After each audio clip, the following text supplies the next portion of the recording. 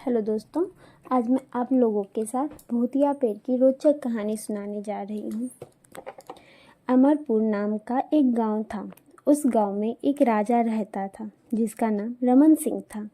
वह हमेशा अपनी प्रजा के हित में कार्य किया करते थे। वहाँ की प्रजा बहुत खुश रहती थी। एक दिन गिद्ध आकाश में भूतिया पेड़ के बीज लेकर उड़ रहा था। जैसे ही गिद्ध अमरपुर पहुंचा तो उसके मुंह से बीज अमरपुर नामक गांव के बीचों बीच गिर गया। बीज भूतिया था, इसलिए अगले ही दिन वह पौधा बन गया।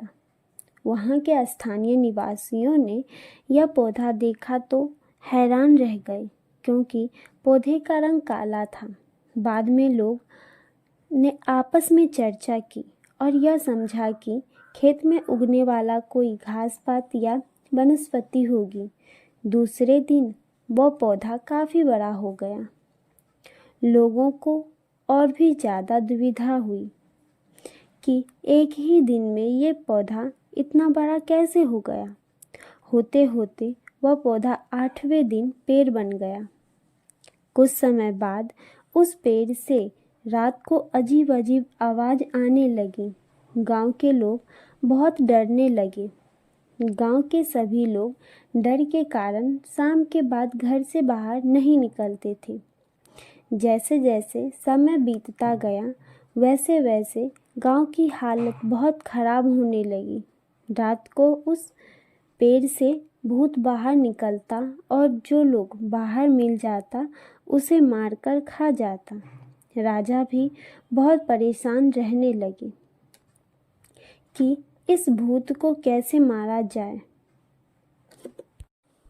तभी राजा ने सभा बुलाया और सभा में सभी के सामने यह ऐलान किया कि जो भी इस भूतिया पेड़ को जो समाप्त कर देगा उसे हमारी तरफ से बहुत सारा धन दौलत दिया जाएगा। यह बात कई गांव तक फैल गई। कुछ ही दिनों में किसी गांव से एक बहुत ही ज्ञानी अघोरी आया और राजा से कहा कि राजन, मैं इस भूतिया पेड़ को जलाकर भस्म कर दूंगा। आप मुझे आज्ञा दें महाराज। राजा ने इस अघोरी की बात मानकर उसे आज्ञा दे दिया। फिर अघोरी ने पेड़ के पास अपना आसन लगाया और तंत्र मंत्र करने लगा। इस समय सभी गांव वाले वहां जमा होकर यह नज़ारा देख रहे थे। कुछ ही समय के बाद उस पेड़ से आवाज़ आने लगी और भूत भी उस पेड़ से बाहर निकलकर भाग गया। और कुछ ही समय के बाद पेड़ के चारों तरफ आग लग गई और साथ साथ भूतिया पेड़ भी जलकर राख हो गया। तभी राजा ने उस अघोरी को मुंह मांगा रकम दिया।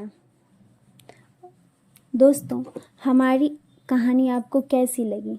अगर अच्छी लगी हो तो लाइक सब्सक्राइब ज़रूर करें और साथ साथ अपने दोस्तों के साथ शेयर करना ना भूलें। धन्यवाद। मिलते हैं अगली वीडियो में।